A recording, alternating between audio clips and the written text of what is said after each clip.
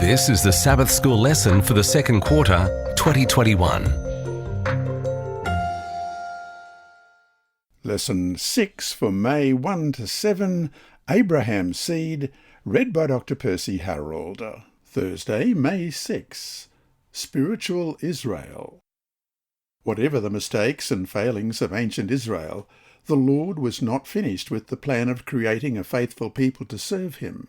In fact, the Old Testament looked forward to a time when the Lord would create a spiritual Israel, a faithful body of believers, Jews and Gentiles, who would carry on the work of preaching the gospel to the world. Welcome to the early church. Read Galatians chapter 3, verses 26 to 29, and then there are 5 questions coming after that.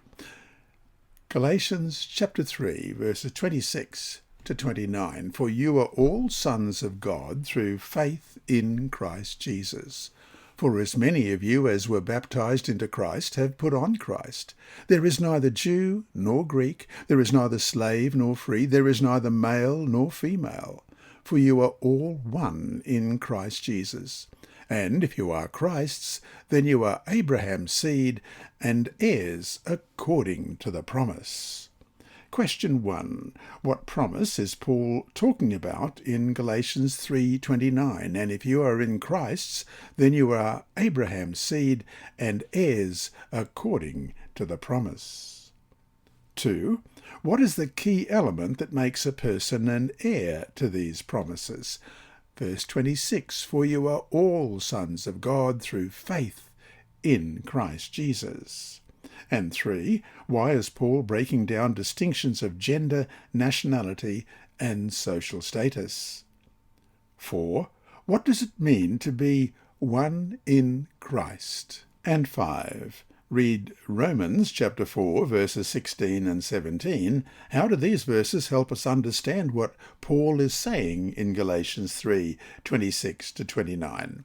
Romans 4, beginning at verse 16. Therefore, it is of faith that it might be according to grace, so that the promise might be sure to all the seed, not only to those who are of the law, but also to those who are of the faith of Abraham, who is the father of us all. As it is written, I have made you a father of many nations, in the presence of him whom he believed, God, who gives life to the dead and calls those things which do not exist as though they did.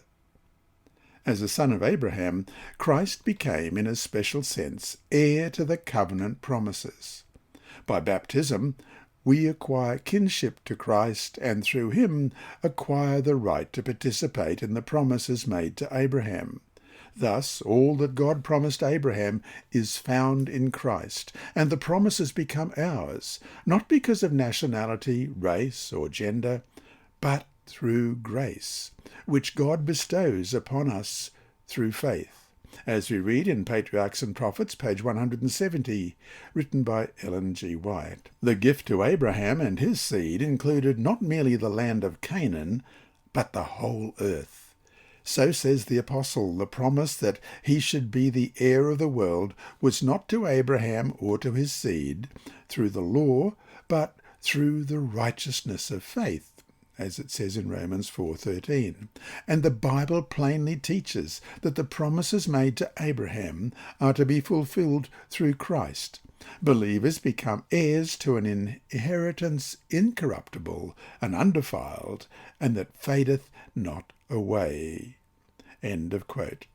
This promise will be fulfilled literally when the saints live on the new earth forever and ever with Christ, as we read in Daniel 7:27. Then the kingdom and dominion and the greatness of the kingdoms under the whole heaven shall be given to the people, the saints of the Most High.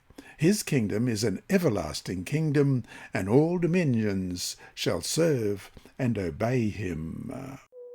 This lesson was read by Dr. Percy Harrold for Christian Services for the Blind. It's supported by the Sabbath School Department and Hope Channel Australia and is rebroadcast by Christian Record Services and through podcasts at It Is Written in the United States, Hope Channel Germany, and through Apple iTunes and SoundCloud. Remember, God is always faithful.